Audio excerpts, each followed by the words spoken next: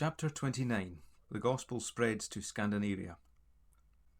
The entrance of the truth into Sweden was rapid and effected without bloodshed.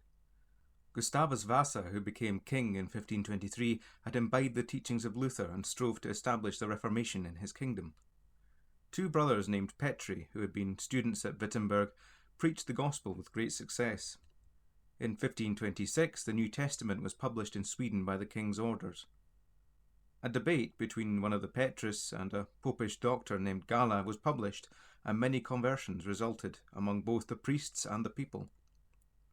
A meeting of the states of the realm was held, and in spite of Romish opposition, estates which the church had obtained by working on the superstitious fears of the wealthy were restored to their owners. The church revenues were placed at the king's disposal. Bishops were forbidden to interfere in the affairs of the state. The appointment of preachers was placed in the authority of the king, subject to the proviso that only those who were able and willing to preach according to the word of God should be appointed. The daily reading of the Scriptures was ordered in all schools, and the clergy were made amenable to the civil law. 2 years later, the authority of the Pope was set aside, and the reformed manner of worship established.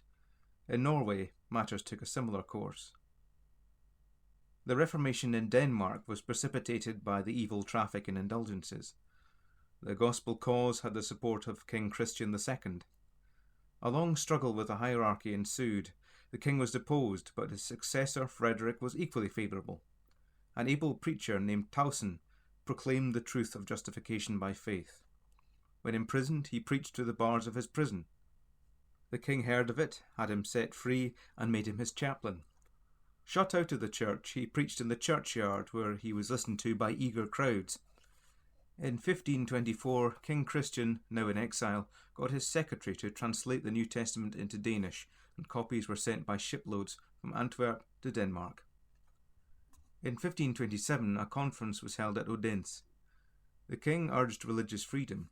Full liberty of worship was decreed, and the bishop forbidden to recognize the pope. The island of Funen was speedily evangelized.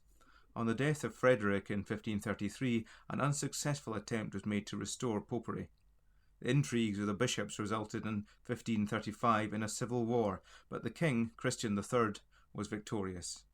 At a diet at Copenhagen in 1536, the Romish Church was disestablished, and the Reformation completed by the Diet of Odense in 1539.